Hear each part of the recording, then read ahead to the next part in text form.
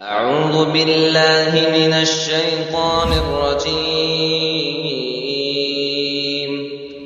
بسم الله الرحمن الرحيم.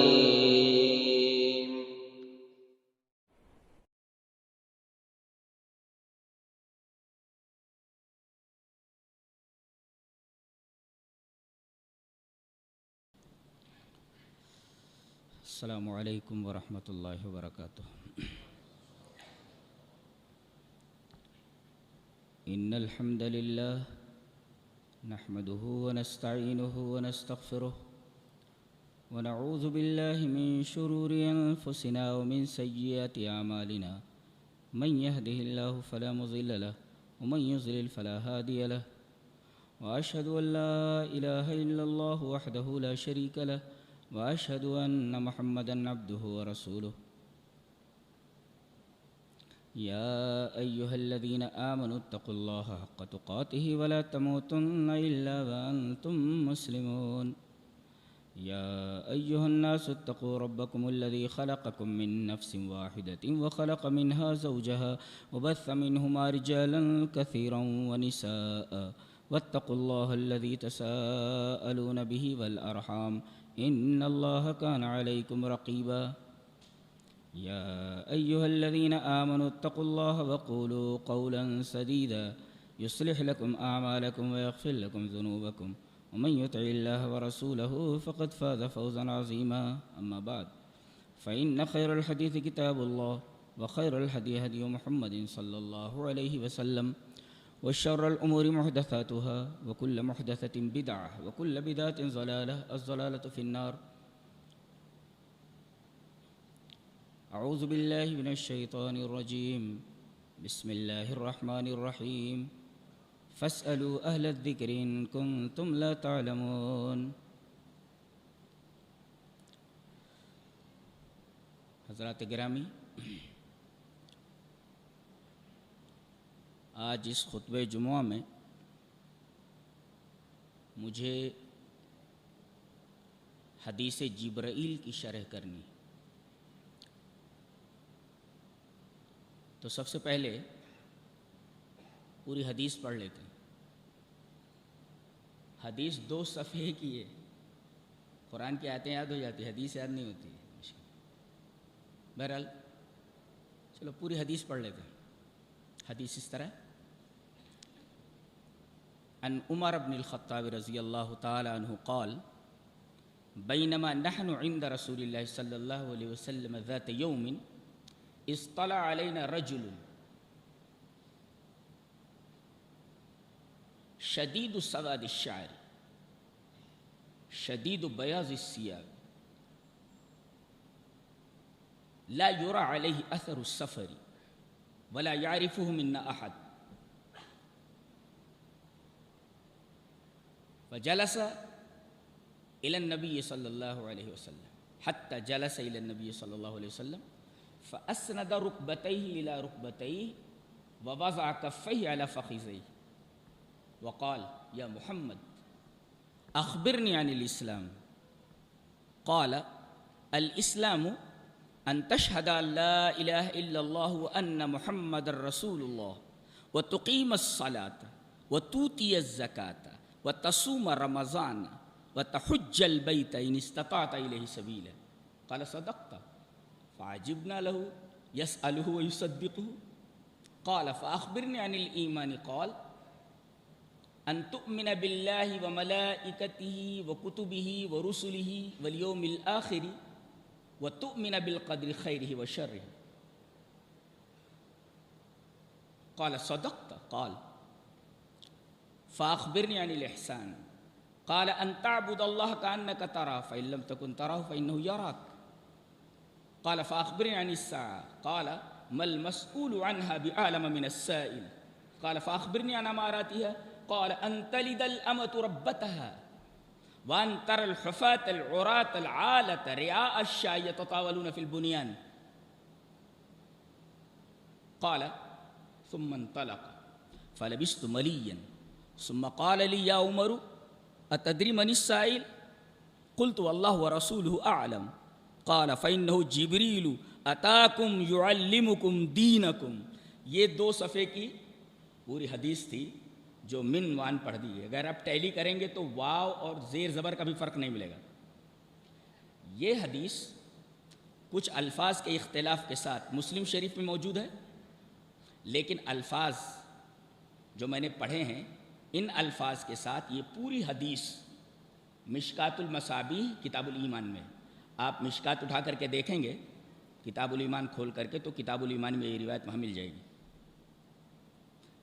یہ تو اس حدیث کی ریڈنگ رہی، ہم نے اس کو ریڈ کیا، پڑھا. یہ حدیث کتنی عظیم الشان ہے، اس کے بارے میں امام قرطبی رحمۃ اللہ نے فرمایا، الفاظ اس طرح ہیں: قال القرطبی هذا الحدیث يصلح ان يقال له ام السنہ. یہ حدیث اس لائق ہے کہ اسے ام السنہ کہا جائے. کیا سمجھ میں آیا؟ سورہ فاتحہ کو کیا کہتے ہیں؟ ام القرآن. ام القرآن کہنے کا کیا مطلب ہے؟ جیسے ماں سے بچے پیدا ہوتے ہیں، نکلتے ہیں، یعنی بچوں کی پیدائش کا جو سورس ہے وہ ماں ہے، بچے وہیں سے نکلتے. ایسے ہی الف لام میم سے لے کر کے والناس تک جتنے بھی مضامین ہیں وہ سارے کے سارے مضامین ان شارٹ بالاختصار سورہ فاتحہ میں موجود ہیں. گویا کہ سورہ فاتحہ کے اندر جو ان شارٹ مضامین موجود ہیں وہ تفصیلاً پورے قرآن میں آئے. گویا کہ سورہ فاتحہ اور قرآن میں جو ریلیشن ہے، جو ربط ہے، وہ اجمال اور تفصیل کا ہے. اجمالاً ان شارٹ پورے قرآن حکیم کے مضامین سورہ فاتحہ میں موجود ہیں. ایسے ہی نبی کریم صلی اللہ علیہ وسلم کی جتنی بھی احادیث آپ پڑھیں گے وہ تمام احادیث اسی حدیث سے نکلی ہوئی ہیں، اس لیے کہ سنت کی ماں ہے. جیسے سورہ فاتحہ قرآن کی ماں ہے، ایسے یہ حدیث سنت کی ماں ہے. جیسے اس سورہ سے تمام کی تمام آیات کے جو مضامین ہیں وہ نکلے ہیں، ایسے ہی تمام احادیث رسول اس حدیث پاک سے نکلے. گویا کہ سورہ فاتحہ ام القرآن ہے اور یہ حدیث ام السنہ ہے، ام الاحادیث ہے.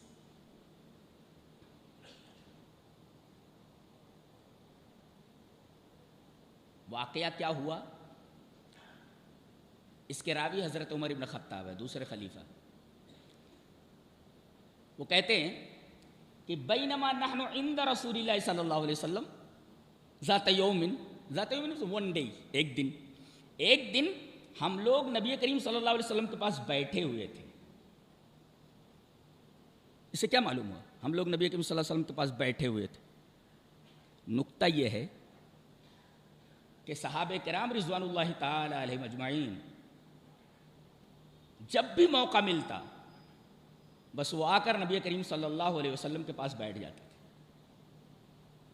حلال رزق کی تلاش کے بعد جو موقع ملتا وہ نبی کی صحبت میں گزارتے. اب آپ پوچھ سکتے ہیں کہ نبی کی صحبت میں اپنا زیادہ وقت وہ لوگ کیوں گزارتے؟ تاکہ دین سیکھیں. آج ہماری محفلیں کیسی ہوتی ہیں؟ 4 دوست ایک جگہ بیٹھے ہوئے ہیں، مجلس ایک ہے، لیکن عجیب بات ہے کہ مجلس ایک ہے مگر چاروں دوستوں کی مجلسیں الگ الگ ہیں. ایک مجلس میں 4 دوست بیٹھے ہوئے ہیں مگر سب الگ الگ مجلسوں، الگ الگ محفلوں میں ہیں. یعنی مجلس میں بیٹھ کر کے بھی چاروں دوست تنہا ہیں، الگ الگ ہیں، اپنے اپنے موبائل میں گم ہیں. بہت بڑی لعنت ہے یہ. ان حرکات کے اوپر جتنا افسوس کیا جائے، جتنی لعنت کی جائے کم ہے. ہم نے اپنا وقت دین کو دینے کے بجائے موبائل کو دے دیا ہے، اور محفل میں ہوتے ہوئے بھی ہر ایک آدمی تنہا ہوتا ہے. موبائل نے کیسا تنہا کر دیا انسان کو. اب یہ سارے عذابات نہیں آئے کہ ماسک لگا لگا کر کے بیٹھے ہوئے ہیں. مصیبت پالا ہے ہم ہی لوگوں نے پالا ہے نا. صحابہ کرام کو کبھی بھی ماسک وغیرہ لگانے کی ضرورت نہیں پڑی. بینما نحن عند رسول اللہ صلی اللہ علیہ وسلم ذات یوم، ہم لوگ نبی کریم صلی اللہ علیہ وسلم کے پاس ایک دن بیٹھے ہوئے تھے. کیوں بیٹھے ہوئے تھے؟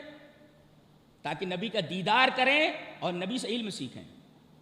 ایک نقطہ اور ملا کہ علم بڑے عالم سے حاصل کرنا چاہیے. ہر غیر عالم سے علم حاصل کرنا صحیح نہیں ہے. اس لیے کہ اسے خود شریعت معلوم نہیں، آپ کو کیا مسئلہ بتائے گا. نبی کریم صلی اللہ علیہ وسلم دنیا کے سب سے بڑے عالم، اور یہ صحابہ نبی کریم صلی اللہ علیہ وسلم سے دین سیکھ رہے ہیں. نقطہ یہ ملا کہ علم بڑے عالم سے سیکھنا چاہیے. ہر غیر عالم سے علم سیکھنا درست نہیں ہے. اچھا، اس کے بعد کہتے ہیں ہم لوگ بیٹھے ہوئے تھے. اطلع علینا رجل، ایک مرد دکھائی پڑا آتا ہوا. یہ رجلن کیوں کہا؟ یہ رجلن کون ہے؟ جبرائیل ہے. مرد کی شکل میں آئے.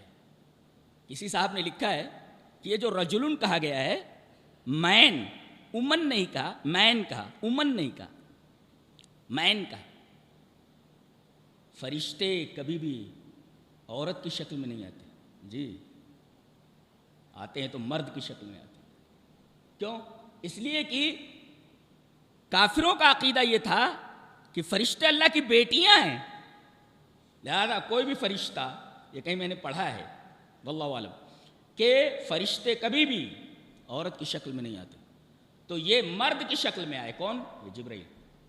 کہتے ہیں ایک مرد آتا ہوا دکھائی دیا. اس کا پورا حلیہ کیسا تھا؟ کہا شدید سواد الشعر، بال انتہائی کالے، ایک بھی بال سفید نہیں، بالکل نوجوان، ایک بال کالا. اور کالا ہی نہیں، شدید سواد الشعر، بال انتہائی کالے. اس سے کیا معلوم ہوا؟ علم حاصل کرنے کا بہترین دور وہ ہوتا ہے جب بال کالے رہیں. بال سفید ہو جائیں تو دماغی کام نہیں کرتا، کیا دین سیکھے گا؟ گہرائی کے ساتھ علم کیسے حاصل کرے گا؟ اس میں اشارہ ہے کہ جب تک بال کالے رہیں تب تک آدمی کو علم حاصل کرتے رہنا چاہیے. ذہن گریسپ کرتا ہے.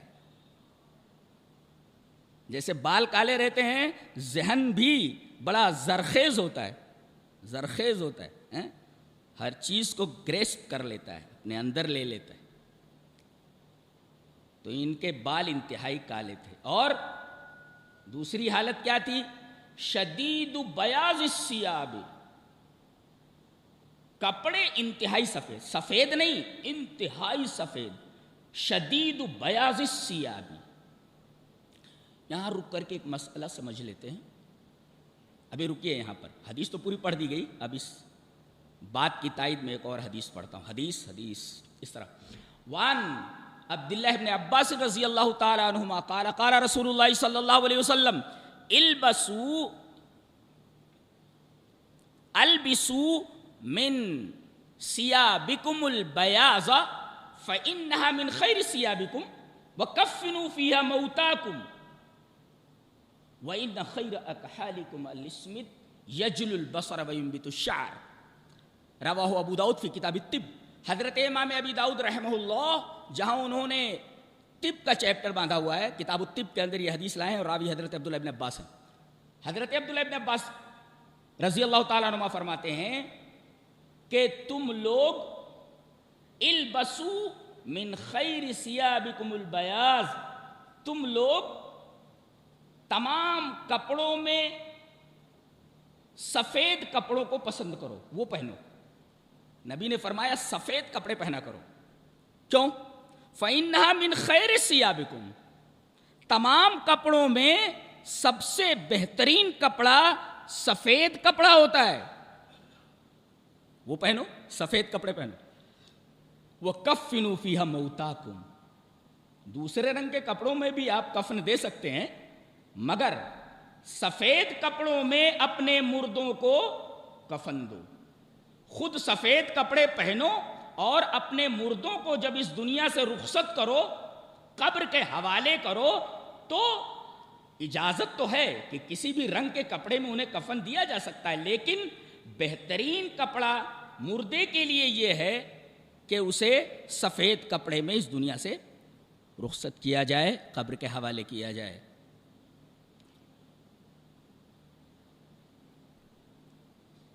میت کو کتنے کپڑے دیے جائیں؟ ایک مسئلہ یہی جان لیں، ایک کپڑا، جیسے حضرت مصعب بن عمیر رضی اللہ تعالی وہ شہید ہوئے، تو جب اتنا کپڑا نہیں تھا، کپڑے کو پیر کی طرف کھینچتے تو سر کھل جاتا، اور سر کی طرف کھینچتے تو پیر کھل جاتا۔ نبی کریم صلی اللہ علیہ وسلم نے یہ منظر دیکھا، اور پرنس تھے وہ مکہ کے،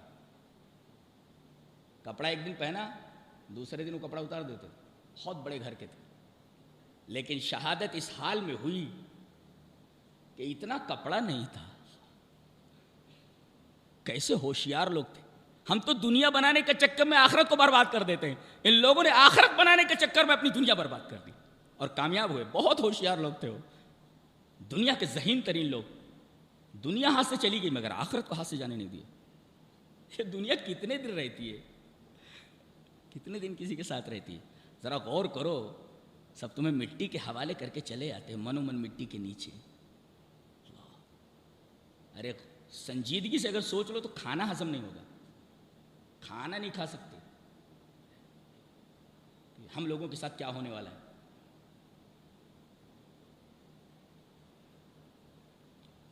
تو حضرت مصعب بن عمیر کے کپڑے کو پیر کی طرف کھینچتے تو سر کھل جاتا، اور سر کی طرف کھینچتے تو پیر کھل جاتا۔ نبی کریم صلی اللہ علیہ وسلم نے کہا، فرمایا کہ کپڑے کو سر کی طرف کھینچ دو اور اذخر گھاس جو ہوتی ہے وہ پیر کی طرف رکھ دو۔ اس طرح کفن دیا گیا، پیروں میں اذخر گھاس رکھ دی گئی، ایک کپڑا دیا گیا۔ تو ایک کپڑے میں بھی مردے کو دفن کرنا جائز ہے، مسئلہ۔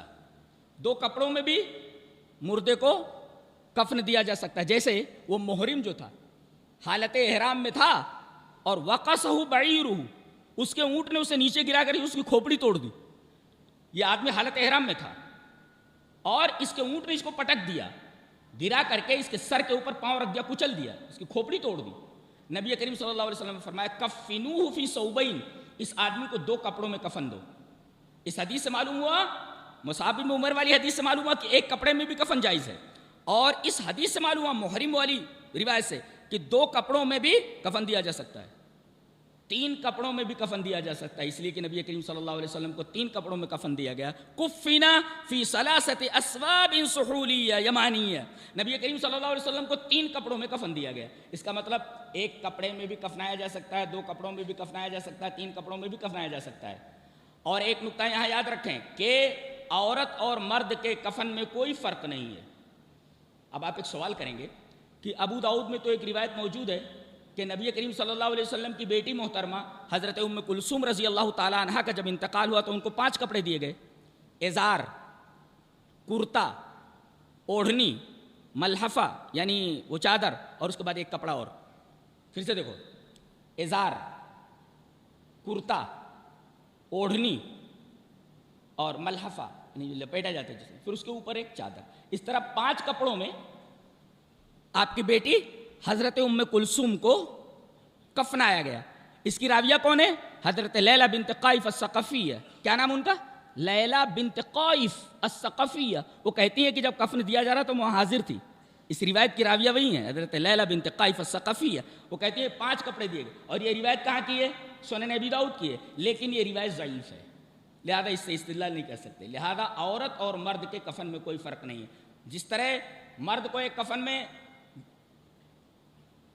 کفن دیا جا سکتا ہے 2 کپڑوں میں، 3 کپڑوں میں، ایسے ہی عورت کو بھی ایک کپڑے میں کفنایا جا سکتا ہے، 2 کپڑوں میں کفنایا جا سکتا ہے، 3 کپڑوں میں کفنایا جا سکتا ہے۔ عورت اور مرد کے کفن میں کوئی فرق نہیں ہے۔ جی، نماز جنازہ کس طرح ہو؟ نماز جنازہ 4 تکبیروں سے، اللہ اکبر، ثنا نہیں پڑھی جائے گی۔ جیسے ہم لوگ جب نماز پڑھتے ہیں، عام نمازیں نفل ہوں یا فرض نمازیں ہوں، تو ہم لوگ پہلے ثنا پڑھتے ہیں تکبیر تحریمہ کے بعد، اور اس کے بعد الحمد شریف، اور اس کے بعد ضم سورہ. لیکن امام البانی کہتے ہیں کہ نماز جنازہ میں ثنا پڑھنے کی کوئی صریح روایت موجود نہیں ہے، لہذا اللہ اکبر یہ پہلی تکبیر، الحمد شریف مثلا قل هو اللہ ملا دیے، ضم سورہ ہو گئی، اللہ اکبر یہ 2 تکبیر ہیں، پھر اس کے بعد درود ابراہیمی اللہم صلی اللہم بارک، اللہ اکبر 3 تکبیر ہیں، پھر اس کے بعد اللہم اغفر لحینا دعائے جنازہ وہ پڑھ لے، پھر اللہ اکبر یہ 4 تکبیر ہیں، السلام علیکم ورحمۃ اللہ، ایک طرف سلام پھیر دیں یا دونوں طرف سلام پھیر دیں، درست. یہ نماز جنازہ کا طریقہ ہے. تو یہ بحث رہی کہ کپڑے سفید تھے اس آنے والے آدمی کے، اور سفید ہی نہیں انتہائی سفید کپڑے تھے. اب اس سفید کپڑے کے ضمن میں چند مسائل تھے جو آپ کے سامنے پیش کر دیے گئے، جو کافی مفید ہیں، اسے ذہن میں رکھیے. اس کے بعد کہتے ہیں لا یورا علیہ اثر السفر، یہ جو آدمی آیا تھا اس کے اوپر سفر کے آثار نہیں دکھائی دے رہے تھے. اس کا مطلب ہے کہیں باہر کا تھا. اس سے کیا نکتہ معلوم ہوا؟ علم کے لیے سفر کرنا ضروری ہے. کہاں کہاں جاتے ہیں لوگ؟ لندن پڑھنے کے لیے جاتے ہیں، امریکہ پڑھنے کے لیے جاتے ہیں، اپنے گاؤں سے نکل کر کے دوسرے جامعہ میں جاتے ہیں، دوسرے اسکولوں میں پڑھنے کے لیے جاتے ہیں. جب تک آدمی اپنا گھر نہیں چھوڑتا تب تک علم حاصل نہیں ہوتا. گھر بیٹھ کر کوئی پڑھتا اڑتا نہیں ہے، کسی کو کچھ آتا ہوتا نہیں ہے، بہت کم ایسا ہوتا ہے. اللہ ماشاء اللہ کوئی پڑھ لے تو پڑھ لے، بقیہ تعلیم حاصل کرنے کے لیے اسے باہر جانا ضروری ہے، سفر کرنا ضروری ہے. دیکھو یہ آدمی آیا ہے، اس سے نقطہ یہ ملا کہ تعلیم کے لیے، علم کے لیے سفر کرنا چاہیے. حضرت موسیٰ علیہ السلام نے ایک دفعہ تقریر فرمائی، تقریر بہت عمدہ تھی. لوگوں نے کہا کہ لگتا ہے کہ انت اعلم اہل الارض، آپ دنیا کے سب سے بڑے عالم ہیں. حضرت موسیٰ علیہ السلام جلالی پیغمبر نے کہا بالکل سب سے بڑا عالم. اللہ تبارک تعالیٰ کو ان کی یادہ پسند نہیں آئی. تم سب سے بڑے عالم ٹھیک ہے، لیکن تم کو تواضع اختیار کرنی چاہیے. ٹھیک ہے آپ بڑے عالم، اب میں تم کو بتاتا ہوں کہ تم کتنے بڑے عالم ہو. میرا ایک بندہ مجموع البحرین پر رہتا ہے، جاؤ اس سے ملو، تمہیں معلوم ہو جاتا کہ تمہارا علم کیا ہے. اور پھر آپ نے دیکھا یہ جو ظاہر میں دیکھتے تھے حضرت خضر اس کو باطن میں دیکھ لیتے تھے. یہ دیوار سیدھی کر رہے ہیں کہ دیوار گر نہ جائے، اور حضرت خضر یہ دیکھ رہے ہیں کہ دیوار کے نیچے خزانہ گڑا ہوا ہے. یہ بھی ایک علم ہے کہ آدمی ظاہر میں جو دیکھ رہا ہے، موسیٰ جو ظاہر میں دیکھ رہے ہیں، خضر ظاہر میں جو چیز نظر آ رہی نہیں دیکھ رہے، بلکہ اس ظاہر کے پیچھے کیا ہے وہ دیکھنے کا علم اللہ نے عطا فرمایا تھا. علم کیسا اللہ تبارک تعالیٰ نے دیا، اور جس نے یہ علم دیا وہ کتنا علم والا ہے. اللہ کتنا علم والا. ولا یحیطون بشیء من علمہ الا بما شاء. کہا کہ تم کو معلوم ہو جاتا تمہارے پاس علم کتنا ہے. میرا ایک بندہ خضر یہ مجمع البحر میں رہتا ہے، ذرا جا کر وہاں ملاقات کرو ان سے. عجیب عجیب حرکتیں کی انہوں نے. کشتی سے وہ اترے، دیکھا ایک بچہ کھیل رہا ہے، پکڑ کر اس کی منڈی میں روڑ دی، مر گیا وہ. موسیٰ علیہ السلام نے کہا ارے کیا کر رہے ہیں؟ لقد جئت شیئا نکرا، تم نے انتہائی خراب کام کیا ہے. کون بولے؟ حضرت موسیٰ علیہ السلام. لیکن حضرت خضر نے اس کی توجیہ فرمائی. کیا مطلب ہے اس کو انشاءاللہ ہم 16ویں پارے کی تفسیر میں بیان کریں گے انشاءاللہ.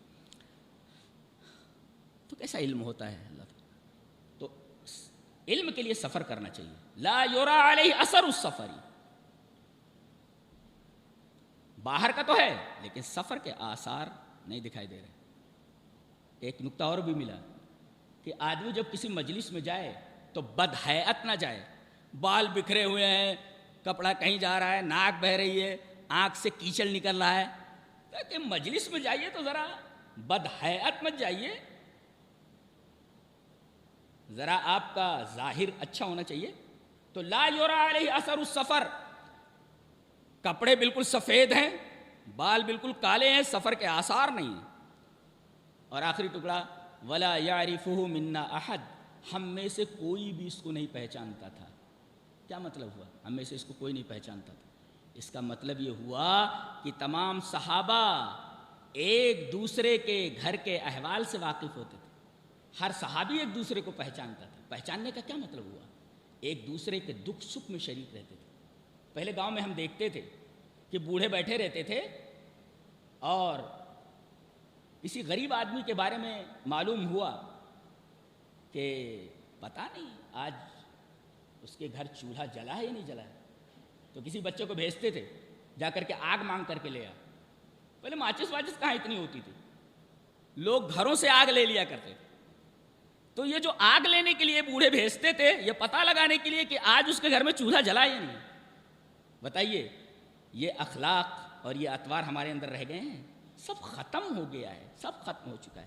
اب بھگتو, یہ جو بھگت رہے ہو نا یہ سب ہمارا کیا دھرا ہے, ہمارے کرتوتوں کی سزا ہے. یہ ہمارے اندر اخلاق نام کی کوئی چیز نہیں رہ گئی ہے, عبادتیں روٹین بن گئی ہیں, علم نام کی کوئی چیز ہمارے اندر نہیں ہے, گہرا علم تو ہے ہی نہیں ہے وغیرہ وغیرہ. تو لا یعرف منا احد, ہم میں سے اس آدمی کو کوئی نہیں پہچانتا تھا. یعنی صحابہ ایک دوسرے کو پہچانتے تھے اور ایک دوسرے کا خاص خیال رکھتے تھے. کوئی نماز میں نہیں دکھا تو پوچھتے تو آج کیوں نہیں آیا, کیا ہم پوچھتے ہیں؟ بہت ساری کمیاں ہیں, لہذا اپنے آپ کو دوش دو. یہ کورونا کو دوش دینا, اس کو دوش دینا, اس کو دوش دینا, یہ سب چھوڑو.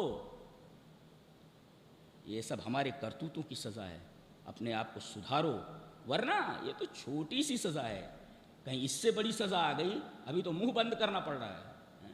کہیں پانی پینا نہ حرام کر دیا جائے, پانی تو کم سے کم مل رہا ہے. آگے پانی زہریلا ہو گیا, پانی مسموم ہوگا, پانی نہیں پی سکتے, پانی پیو گے مر جاؤ گے.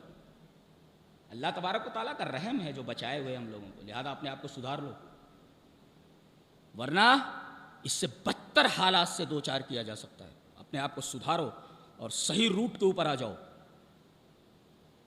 غلط روٹ پہ گئے اس کے انجام کے ذمہ دار تم خود ہوگے. ولا یعرف منا احد. ٹائم ہو گیا, بقیہ اس حدیث کے اندر کیا کیا نکات ہیں اگلے جمعہ کے لیے چھوڑتے ہیں. اللہ تبارک و تعالی ہمیں نیک عمل اور اچھی سمجھ کی توفیق عطا فرمائے. وآخر دعوانا ان الحمد للہ رب العالمین.